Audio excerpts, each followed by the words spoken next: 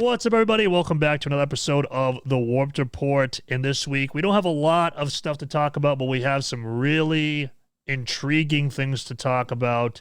So let's just dive on in. First things first, the 𝗧𝗛𝗪 saga. I know this article says that 𝗧𝗪𝗪 has kicked out their vocalist, Hunter Courtright. But actually, since this, the band has altogether disbanded. As you'll see here, this is their bass player. I can't remember his name, so my apologies. But 𝗧𝗪𝗪 as a band is no more. So, as Alan Harrington points out here, Hunter Courtright, the vocalist, first put on his Facebook, "I'm friends with Hunter. I've talked to him I've talked to him a few times. Very nice guy to me." He said that he was no longer part of 𝗧𝗪𝗪, and it says here on the Facebook post.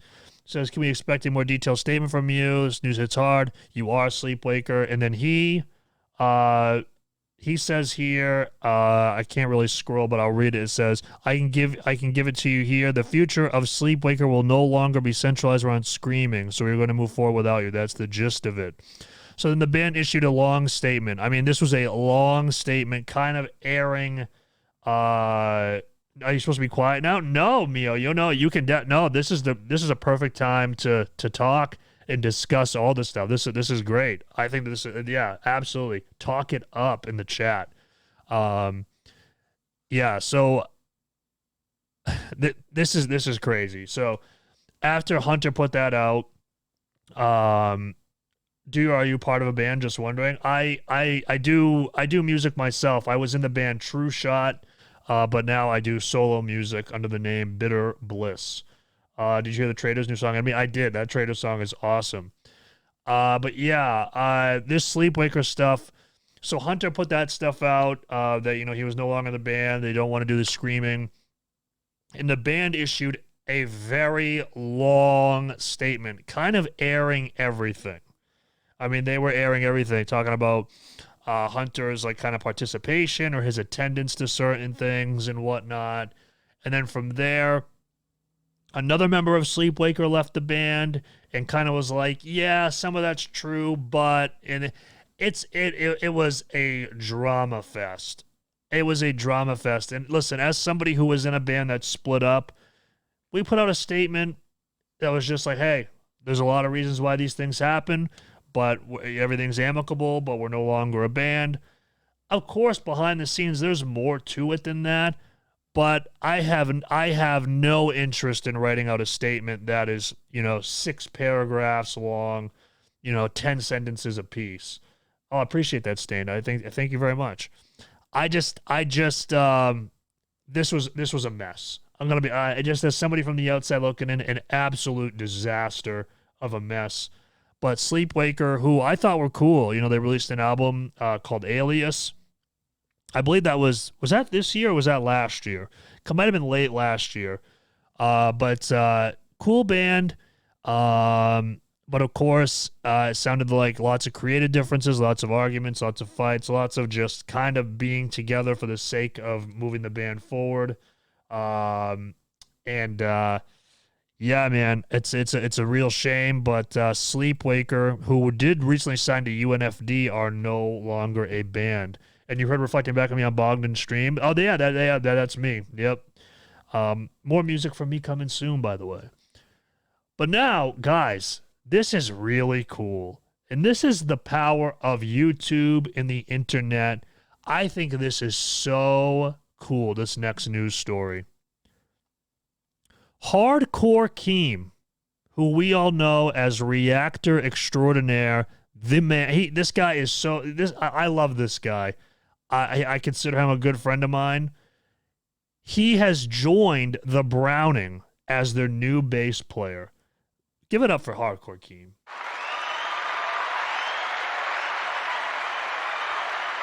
That's right. Hardcore Keem has joined the Browning as their bass player. And actually, along with this, Hardcore Keem and the Browning, they're going to be doing a short run from July 7th to the 17th with Young Medicine. And they did say that they're going to be doing multiple short runs in different regions throughout the year rather than a long sustained tour because of family and stuff like that. So this one's going to be going from, like I said, July the 7th to the 17th. Got like some Houston dates, yeah, Texas dates, New Mexico, Colorado, Oklahoma, Iowa. So congratulations to Hardcore Keem. That is so sick. That is awesome. I'm so proud of him. And I hope that it goes well for him because Hardcore Keem is the man. Him on stage playing bass is going to be awesome. But now we got a few more things to talk about, but nothing that crazy that's left. But Parkway Drive, Lorna Shore, While She Sleeps, European and UK tour. And this goes from September the 9th to October the 3rd. That'll be really cool. That's a stacked bill for sure. And then we talked about this last week, but As I Lay Dying, that tour is confirmed with Whitechapel, Shadow of Intent, Brand of Sacrifice, and Of Sulfur. But the only little wrinkle here is that it's kind of a split tour for Of Sulfur and Brand of Sacrifice. Of Sulfur will be on the road with them. So from June 10th to June 23rd, it'll be As I Lay Dying, Whitechapel, Shadow of Intent, and Of Sulfur. And then from June the 24th to July the 17th, it'll be As I Lay Dying, Whitechapel, Shadow of Intent, Brand of Sacrifice. Are they coming to Sweden? You're talking about Parkway Drive? Let's see. Are they coming to Sweden? Let's see. Oh, we don't want to bookmark it. We're going to do the Control F. Let's see. Germany, Belgium, France, Netherlands. Doesn't look like it. Unless I'm dumb. Unless I'm dumb and I don't know that something here is actually in Sweden. But, yeah, it's... That's going to be a cool tour. That's a stacked bill. Like, if that came to the States, holy. Phew. But yeah, so As I Lay Dying, big tour there. That's going to be awesome. I might actually go to this tour. I don't go to many live shows anymore, but this is one that I may attend. I mean, As I Lay Dying, I have a Powerless Rise tattoo. What if I'm not surprised? Yeah. Is Sweden one of those? Is that a country that a lot of bands don't visit? That's a bummer. That is a bummer. If so, living in the wrong country. Same here. May go to Charlotte if I do. Yeah, Brand of Sacrifice. Imagine going to a show and Brand of Sacrifice is the opener.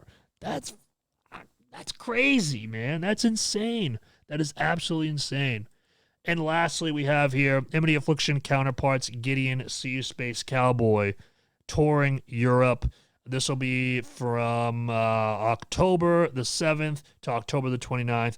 See, the problem when I look at these dates is that the 10 is on the right side because in America that would be on the left side, and my brain just doesn't register.